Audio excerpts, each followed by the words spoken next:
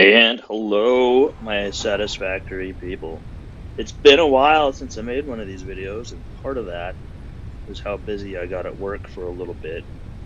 But the biggest reason is I managed to corrupt one of my save files, and I lost about 2 weeks worth of work because of it. So let that be a lesson to you. Back up your save files in this game every so often. If you switch back and forth between the early access and the experimentals, you could ruin your business. So I just wanted to show you my current build, and then I actually kind of started on the next base. I'll show you kind of what my thought is for that. So you can see where my seed base used to be, and I've basically wiped that out, and I've just expanded to a full-size shenanigans here. And I took my old base building style of these large, elevated, standalone factories, and combined that with an idea I got from a friend, his name is Josh, where he likes to put everything on what he calls a grid, which is just these big concrete constructs here. And so I wanted to do two tiers, and the lower tier is going to be the utility tier, where not all, the vast majority of the conveyor belts are, transport goods to and from, because I was trying to move away from trucks. And then the upper tier is where the actual factories are. And so you can see in the distance there is my first coal power plant, and I don't even know how many are over there, it's a lot. And then that guy right there is making explosives and ammunition for the rifle. This guy here is making the beacons, which you need for the rifle rounds. And I'm just kind of going to give you a quick overview of this because you're going to get the idea pretty quick. Now you can see all these belts going to and from underneath the main factories down here. And you can see it's starting to turn into a spider's nest pretty quick. It works fairly well. I mean, it looks like a mess, but it works fairly well because you don't have jam-ups, you don't have trucks running into each other, and you don't have resources. I mean, you have them running out, but you don't have them where they're failing to get to their destination because something else is in the way. So this is concrete, and again, I build my little platforms above so I can run around and look down on stuff. And down here is going to be my copper. Copper going in, copper coming out, getting turned into useful items.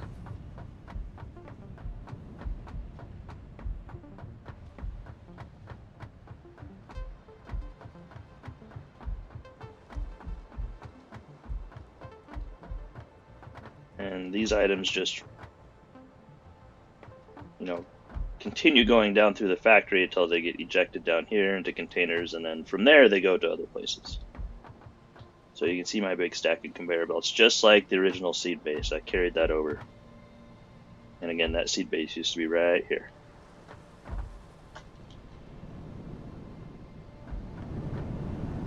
And I use these hypertubes all over the place. I love these things. They're really good. I've heard that some people I know don't like them, and I'm not sure how I feel about them at this point. Those people, I mean. I know how I feel about hypertubes.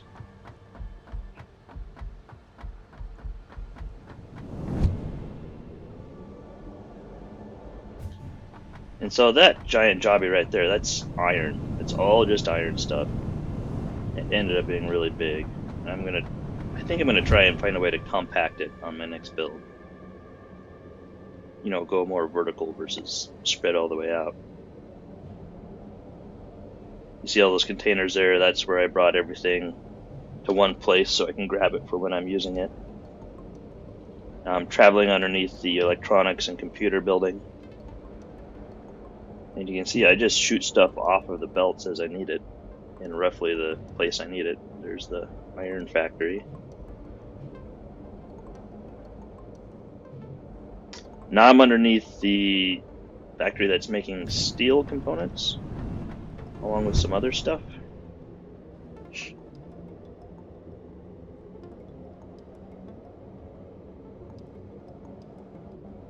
There's my space elevator.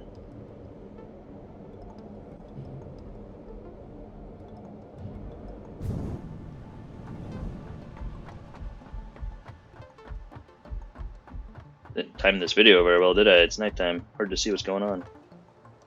Yeah, I'm making all sorts of stuff up here to include the components you need to send up in the space elevator. And you see how tall these conveyor belts get.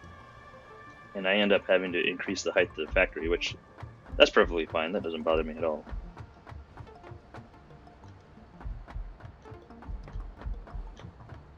And then all the way down here, and then this guy is just making the final piece that I needed to send up in the space elevator, which I've already completed. But you can see how these factories are starting to grow into each other. And again, I've said this before, I'll say it again. I keep thinking I have more than enough room to do whatever it is I'm going to do, and I am wrong, wrong, wrong. Let's see, there's the edge of the iron factory. And I couldn't expand that anymore if I wanted to without running into this computer factory. Just out of room. Can't do it. So that's part of why I'm starting a new build. Not that I really need that much more production out of that. I mean, I could just stand around and wait for stuff to get built. So I think I'll hop on over to the oil area real quick and show you what that looks like. It actually looks really similar to the last one I showed you. I haven't tried anything super new or radical over there. I just kept it all in one place, whereas last time I had it in two places. I also built a new set of power plants out there, and I like that setup, but unfortunately it's just an intermediate setup. I don't think it's one I'll keep long term. I mean, I don't think I'll bother tearing it down, but I'm not going to have use for it for a whole lot longer. So there's some coal mines, running some coal out to the power plants. Here in a little bit, you're going to see some more coal mines.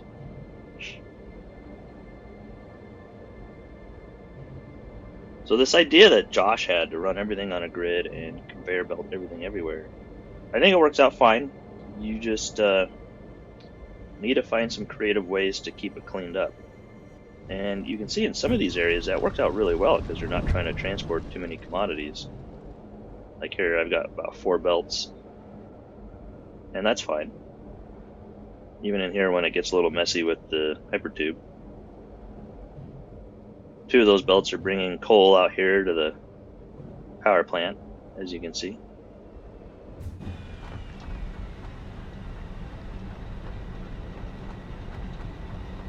Some coal-fired power plants. And this coal setup is only running my steelworks. And that original coal setup I showed you is only running, well, everything else except for the oil. And the oil is running itself with fuel generators over there.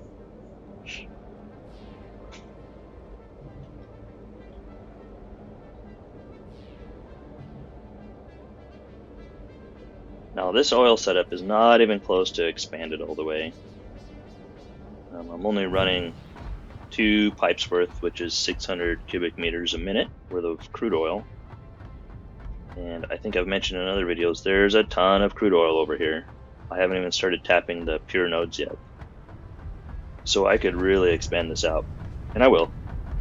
I just haven't decided if I want to skip this refinery process on site or put the crude oil into train cars, because they have liquid hauling train cars now, or train stations I should say, and then transport it over to somewhere else and then refine it. I'm not exactly sure how I want to play that. But I like this area because you have access to water, and you need water for some of this stuff.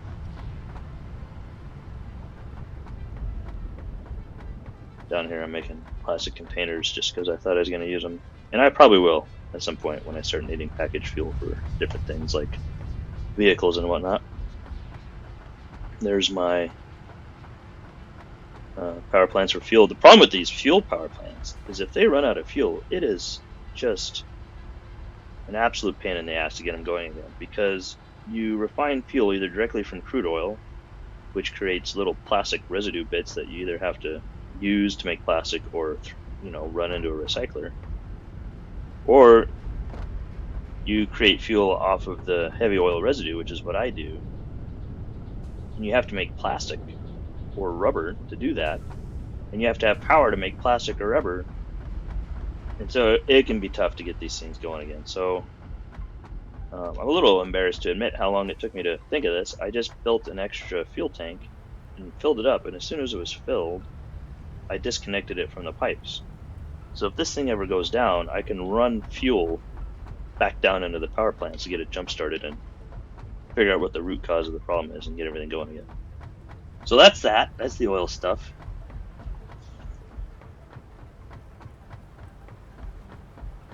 And I'm still going back and forth on whether or not I want to make fuel straight from oil or from the residue. I think I might do a little bit of both.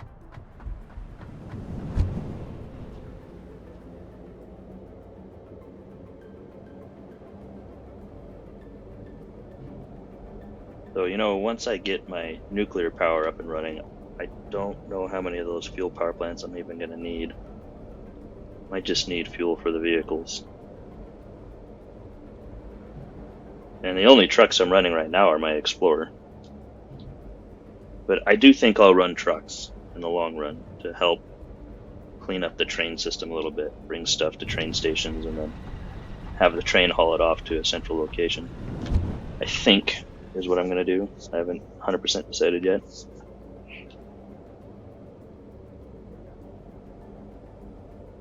The trick becomes, how do you deliver fuel to all those truck depots? And I think you could run a fuel train that would do that for you. And it's a few extra steps in your process. But the other option is just run these belts all over the countryside. And, you know, there's pros and cons for both ideas. I really haven't decided what I'm going to do. I think I'm going to start out with belts in this dunes area and see how much that drives me crazy. And then decide whether I want to set up truck depots and a fuel train. So now we're going to go show you the little beginner's choo-choo set that I built. And I'm going to see how this one plays out. And again, I picked out an area that looked like more than enough room to do whatever I wanted, and it turned out that it's not. But I think I can just elevate things and then make it work. And it's really only a proof of concept anyway, so if I end up running out of room, that's fine. If the concept works, then I'll, you know, explore the map some more and try and find a good place to actually ultimately build the train factory, train-based factory.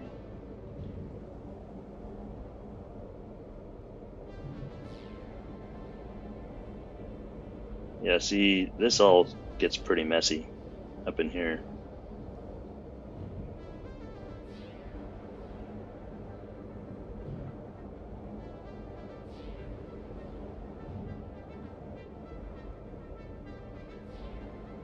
And if you wanted to use this idea, you see a lot of gaps in my concrete in my floors.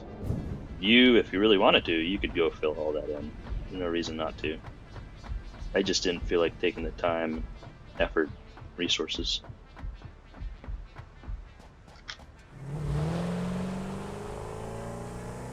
See, I'm still running coal in this thing, which I don't like because it's not very efficient.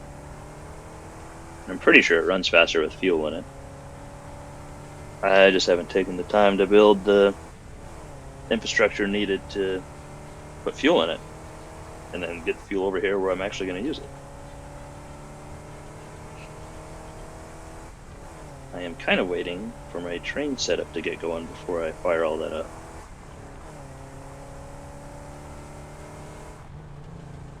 So here you can see all these train depots, and these are going to be used to intake the raw materials from this section of the map, the dune section.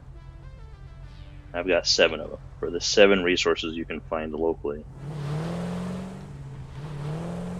And some of the resources I might end up combining into one train because you don't use a ton of them, like sulfur and quartz. But I've got enough depots that quartz can have its own train and sulfur can have its own train. And of course, iron and coal both need their own train. Oh no. Oh no.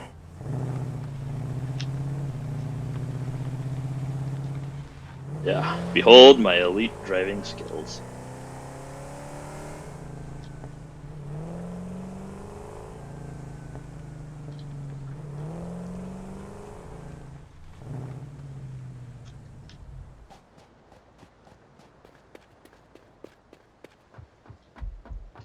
So this is my little beginner's choo-choo set. You have a drop off for limestone right there. I'm going to start with limestone because that's what I use the most of always, but especially at the beginning of a build. And then a concrete pickup. So I found an alternate blueprint for limestone where you can run it into these refineries and make what they call wet concrete. You combine it with water. Now, this is not as efficient as the original method in terms of power consumption, but in terms of just raw concrete output, look at that, 80 parts per minute out of one refinery. And it pulls 120 limestone a minute, so you can only actually run 4 of these things in a row with my current belts.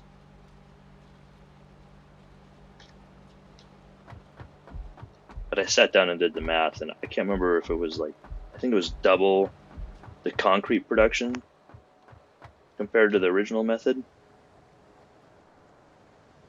And I think it was more than double the power consumption. But if you've got the power to do it, you can make a ton of resources.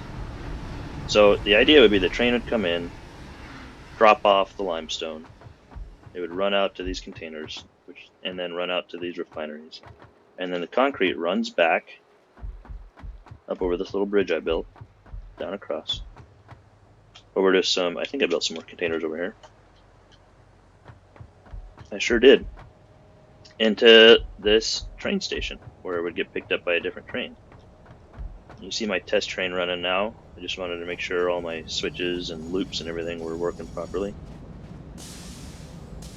He's not dropping anything off because there's nothing to be dropped off yet.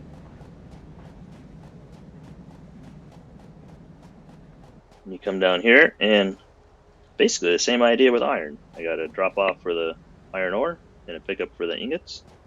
And I was going to run a whole iron factory like I usually do, but this is where I started to run out of space. Let me see if I find a good way to show you this.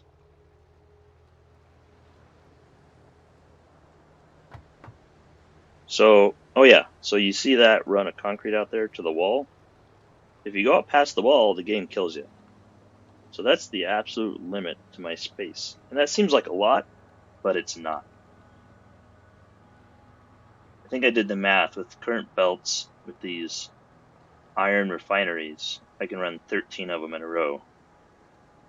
And I'd have just enough room to run 13 of them out to that wall. And so I've barely just enough room to make all my iron ingots. But it would make a ton of iron ingots if I actually made 4 rows of 13 of these things. I can't remember how many it was. It was like 9,600 a minute or something. And again, that's just on current belt speed. You could, in theory, run more than that. And these containers can kick out 2 belts each. So I could run whatever 8 times 13 is and just make a gob of iron ingots if I could figure out how to fit it in there.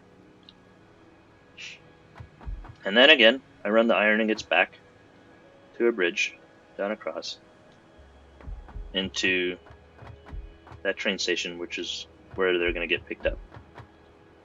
And so my idea is I'm going to have trains run in, pick up resources, and then drop them off in the factories they need.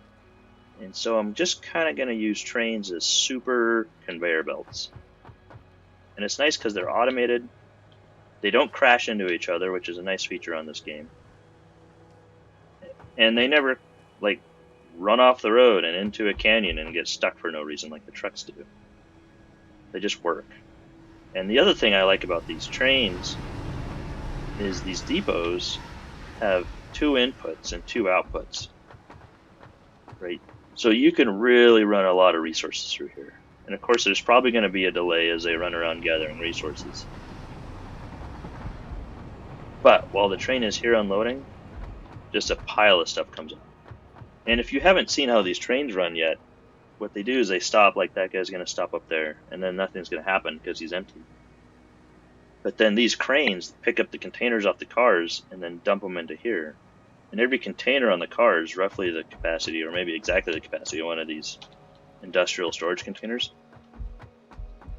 But once the container's dropped off into here, the train can peace out and go get more resources. It doesn't have to wait for this to unload. And this can unload while the train's gone. And so that's kind of nice. And so I've just gotten started on this. And I'm not sure how it's going to play out. And you can see how much space I'm already taking up. Like, this seems like a huge amount of space. Plenty to build an entire factory, right? Well, not if you're using trains, it's not. So I'm probably going to have to run down there and then turn another corner and maybe even elevate because this ocean area might end. I think it probably does, but there's a swamp right around the corner of this desert canyon here. And it's going to be a super long factory. And I'm not sure how it's going to play out, but when I get it up and running, I'll make another video and show you guys how it works out. So that's all I've got for now.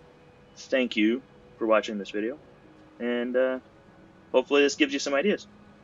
We'll talk to you later.